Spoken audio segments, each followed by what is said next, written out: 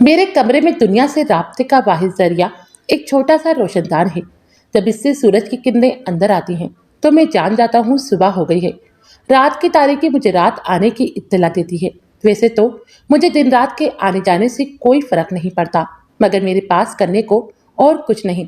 लिहाजा मेरा वाहिद मशगला इस रोशनदान से आने वाली आवाज़ों को सुनना और माजी को याद करना है।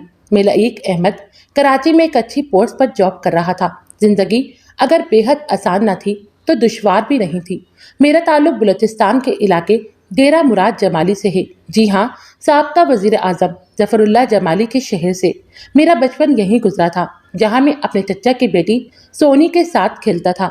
सोनी सिर्फ नाम की ही सोनी ना थी, बल्कि सच में परियों जैसी थी। सांवली सलोनी, काली भनोरे जैसी आंखें, लंबे रेशमी काले बाल और नर्म मुलायम जिल्द। जो देखता हैरान होता, ये हुस्न बंगाल यहाँ कहाँ से आ गया है। मेरे बाबा और चचा दो ही भाई थे। मेरे दादा ने सोनी की पैदाइश पर मेरी उससे मंगनी कर दी थी। हम दोनों ही बचपन से इस बात से आगाह थे। जब मैं मैट्रिक के बाद कॉलेज दाखिले के लिए कराची रवाना हो रहा था तो सोनी ने रो रो कर बुरा हाल कर लिया था। शाम को वो किताबें देने के बहाने हमारे घर आई थी, जो कि इसके घर से कुछ फासले पर था, और मेरे कमरे में बैठकर जी भर कर रोने के बाद मुझसे कहा था, वादा करो कराची जाकर मुझे भूल नहीं जाओगे, ना ही किसी शहरी लड़की से शादी करके लाओगे। मैंने शरारत से जवाब दिया, अब अगर किसी शहरी लड़की पर दिल आ गया तो मजबूरन शादी भी करना पड़ेगी। और इसकी सिस्कियों में इजाफा हो गया था। बड़ी मुश्किल से उसे यकीन दिलाया कि मैं तो मजाक कर रहा था और मेरे दिल पर सिर्फ उसी का कब्जा है। वही मेरे ख्वाबों की शहजादी है। जब मैं कराची के कॉलेज में हॉस्टल में मुकीम था तो रोज उसका फोन आता। हम मुस्तकिल राब्ते में रहते और छुट्टियों का बेचैनी से इंतजार करते। जैसे ही चंद दिन की छुट्टी होती मैं ट्रेन पकड़ता और सीधा घर पहुंच जाता। पढ़ाई के बाद मुझे कराची में ही प्राइवेट कंपनी में अच्छी जॉब मिल गई। बाबा और माँ ने चचा और चची से शादी की तारीख ले ली और ये तय हुआ कि मैं चंद दिन की छुट्टी लेकर जाऊंगा और सोनी को ब्याह कर कराची ही ले आऊंगा। लिहाजा मैंने गुलशन इकबाल में एक छोटा सा फ्लैट किराए पर लेकर उसे सजा लिया और हर चीज सोनी की पसंद से ले ली। जब मैं छुट्टी लेकर घर पहुंचा तो एक कयामत मेरी मुंतजिर थी। अल्लाह बसाया, जो कि एक बड़ा जमींदार और बटेरा था, वो अपनी जमीन से मुलेका हमारी जमीन खरीदना चाहता था और बाबा पर दबाव डाल रहा था वो उसे औने पौने दामों जमीन बेच दे। बाबा पहले तो अपनी जमीन बेचना नहीं चाहते थे, और अगर बेचना ही पड़ती तो कम से कम इतने पैसे तो मिलते कि हम कराची जाकर कोई छोटा मोटा फ्लैट ही खरीद सकते। पर वडेरे तो हम गरीब लोगों को भेड़ बकरी समझते हैं। इसीलिए पहले पहल तो अल्लाह वसाया ने बाबा को आराम से पेशकश की, फिर धमकियों पर उतर आया। बाबा ने मुझसे जिक्र ना किया, लेकिन जब मैं घर पहुंचा तो वडेरे के बंदे बाबा को बताकर वापस से कर रहे थे कि अब उसके पास आखिरी मौका है कि जमीन वडेरे के नाम कर दे, वरना इसके अकलौते बेटे को कत्ल कर दिया जाएगा। मैं घर में दाखिल हुआ तो माँ से पूछा, माँ ये वडेरे अल्लाह वसाया का मुंशी क्यों आया था हमारे घर? माँ परेशान बैठी थी, उसने रोना शुरू कर दिया। बाबा से सवाल किया तो उन्होंने सारा माजरा सुनाया। मुझे शदीद गुस्सा आया। ये कोई जंगल है कि जिसका दिल चाहे हमारी जमीन पर कब्जा जमा ले? मैं पुलिस के पास जाऊंगा। बाबा ने सुनकर मुझे समझाया, नहीं बेटा, हम ऐसा नहीं कर सकते। पुलिस भी वडेरे का ही साथ देगी। वो उन्हें महाना पैसे तो देता है। हमारे पास उसके सिवा और कोई चारा नहीं कि जमीन बेच दें। मैं खुद वडेरे से बात करूंगा, आप फिक्र ना करें, मैंने बाबा से कहा। अगले दिन मैं वडेरे से बात करने उसकी हवेली गया तो बातों बातों में मुझे गुस्सा आ गया। वडेरे ने अपने पालती गुंडों से मुझे पिटवा कर बाहर फेंक दिया। मैं वहां से गिरता पड़ता उठा और थाने जाकर एफआईआर कटवाने की कोशिश की। थानेदार ने एफआईआर तो काटी नहीं, हाँ वडेरे को फोन पर इत्तला जरूर कर दी।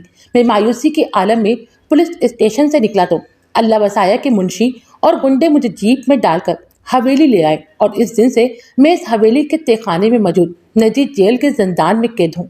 मुझे नहीं मालूम मेरे घर वालों के साथ क्या हुआ। सोनी, चचा चच्ची, मेरे वालदेन को मेरे बारे में कुछ पता चला या नहीं। मुझे यहाँ कैद हुए शायद 3 साल हो गए हैं। दिन में 2 बार मुझे खाना दिया जाता है और बस। मैं रोज दुआ करता हूँ अल्लाह इस कैद से निकलने का कोई सबब कर दे, लेकिन शायद अल्लाह ताला हम गरीबों की दुआएं भी नहीं सुनता। न जाने इस तहखाने में और कितने लोग कैद होंगे।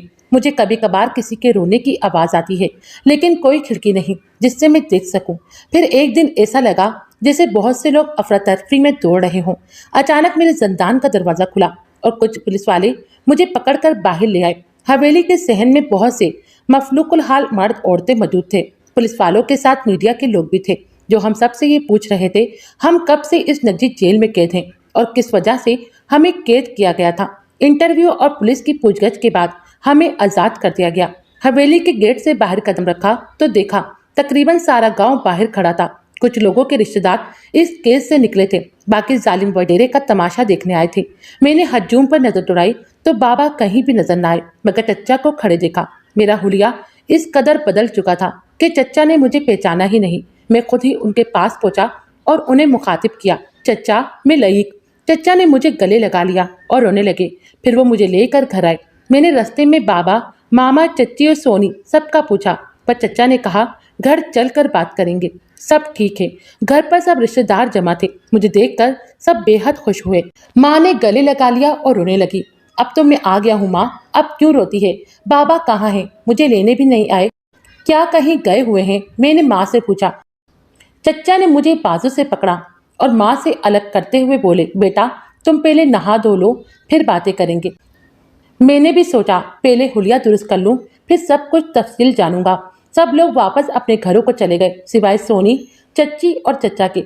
जब मैं नहाकर शेव करके कपड़े बदल कर आया तो सब खाने पर मेरा इंतजार कर रहे थे। खाना खाकर मैं और चच्चा बैठक में बैठ गए। चच्चा अब बता भी दें बाबा कहाँ हैं और पुलिस वडेरे की जेल तक कैसे पहुंची। क्या बताऊं बेटा, जब तुम वडेरे से बात करने हवेली गए और वापस न आए तो हम समझे वडेरे ने तुम्हें कत्ल कर दिया है। भाई रहीम बख्श हवेली गया ताकि तुम्हारे मुतालिक कोई खबर ले सके, मगर उसे अंदर ही न जाने दिया। सदमे से वो बीमार पड़ गया और एक दिन उसका इंतकाल हो गया। चच्चा ने रोते हुए कहा। ये सुनकर मेरे पाँव के नीचे से जमीन ही निकल गई। बाबा अब इस दुनिया में नहीं रहते। चच्चा दोबारा गोया हुए, वडेरे ने तुम्हारी जमीन पर कब्जा जमा लिया। मैं भरजाई को अपने घर ले गया। वो दिन रात तुम्हारे लिए रोती तड़पती रहती। कुछ अरसे पहले नया कमिश्नर आया जो निहायत ईमानदार है। उसने नजी जेलों पर छापे मारे और बहुत से कैदी रिहा करवाए। इन्हीं जेलों में से एक वडेरे अल्लाह वसाया की भी थी। खुद तो वो भाग गया, मगर उसके गंडे और मुंशी पुलिस ले गई। मैं बस एक आस पे वहां गया था, शायद वडेरे ने तुम्हें भी कैद करके रखा हो और तुम जिंदा हो। अल्लाह का शुक्र है उसने तुम्हें हमसे दोबारा मिलवा दिया। अब मैं जल्द ही तुम्हारी और सोनी की शादी करवा दूंगा। इतने अरसे बाद अल्लाह ने हमें कोई खुशी नसीब की है। मुझे जिंदान में गुजरा अरसा याद आ गया। मैंने सोचा सच है, जब जालिम हद से गुजर जाता है तो अल्लाह की पकड़ में जरूर आता है।